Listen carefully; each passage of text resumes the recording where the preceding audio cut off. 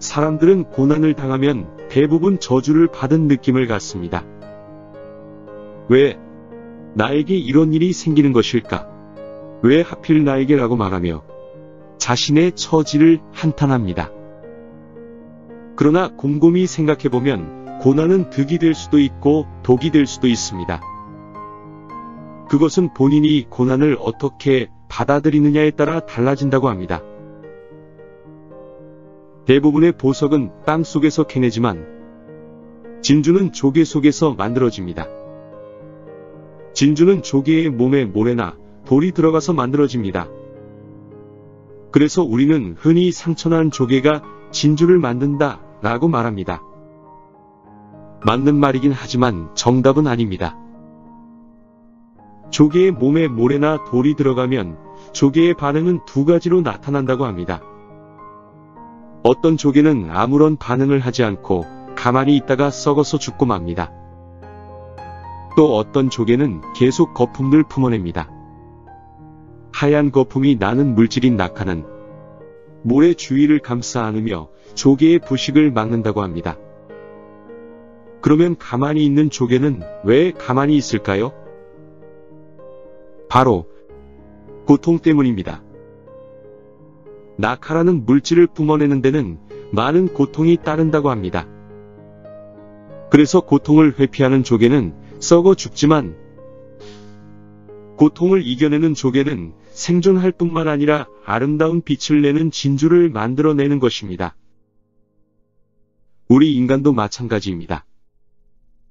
위기가 찾아올 때 두 가지 반응이 나타납니다. 어떤 사람은 위기가 찾아오면 회피합니다. 우선 회피하는 것이 편하기 때문이죠. 우선 힘든 상황을 피하면 그 순간의 부담을 줄일 수 있기 때문입니다. 그러나 결과적으로 엄청난 불행을 가져오기도 합니다. 실패와 절망, 좌절감만 커지기 때문입니다.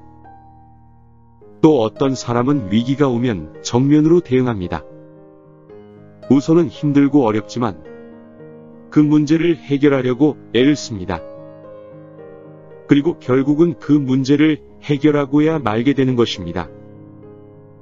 또한 성공하는 인생을 살게 됩니다. 우리는 사람을 평가할 때 평상시의 모습을 가지고 그 사람을 평가할 때가 많습니다.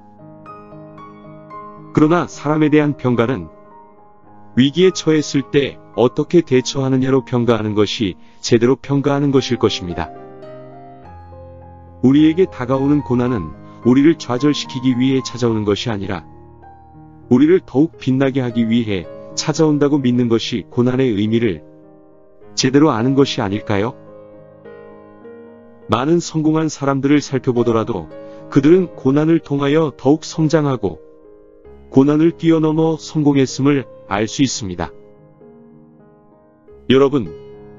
여러분들 중에 누군가 고난을 겪고 계시다면 나를 빛낼 수 있는 기회가 왔다고 생각하고 행동하시는 것이 어떨까요? 저는 지금까지 고난의 의미라는 내용으로 말씀드렸습니다. 감사합니다.